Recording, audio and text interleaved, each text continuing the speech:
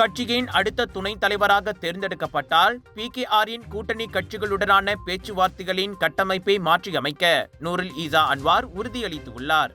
பக்கத்தான் ஹராப்பான் அல்லது ஒற்றுமை அரசாங்கத்தில் PKR ஒரு சிறிய கட்சியாக பின்தள்ளப்பட்டுவிடக்கூடாது, அதனை தாம் அனுமதிக்கப் போவதில்லை என பஹாங் குவாந்தானில் நடைபெற்ற பிரச்சாரத்தில் நூருல் ஈசா பேசினார். PKR தொடங்கப்பட்டதில் இருந்து அது பெற்ற மலாய் வாக்குகளின் அதிகபட்ச சதவீதம் 1999 தான். ஆனால் அப்போதும் கூட அது 55 விழுக்காட்டை எட்டவில்லை. இப்போது ஸ்லாங்கூர் தவிர்த்து மற்ற இடங்களில் மலாய் வாக்குகளில் PKRக்கு தோராயமாக 30 விழுக்காடே கிடைத்து வருகிறது.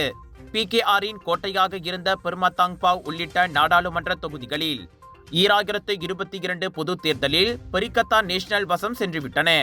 தேசிய முன்னணியின் இரும்பு கோட்டையான கப்பலா பத்தாஸ் கூட கைமாறிவிட்டது.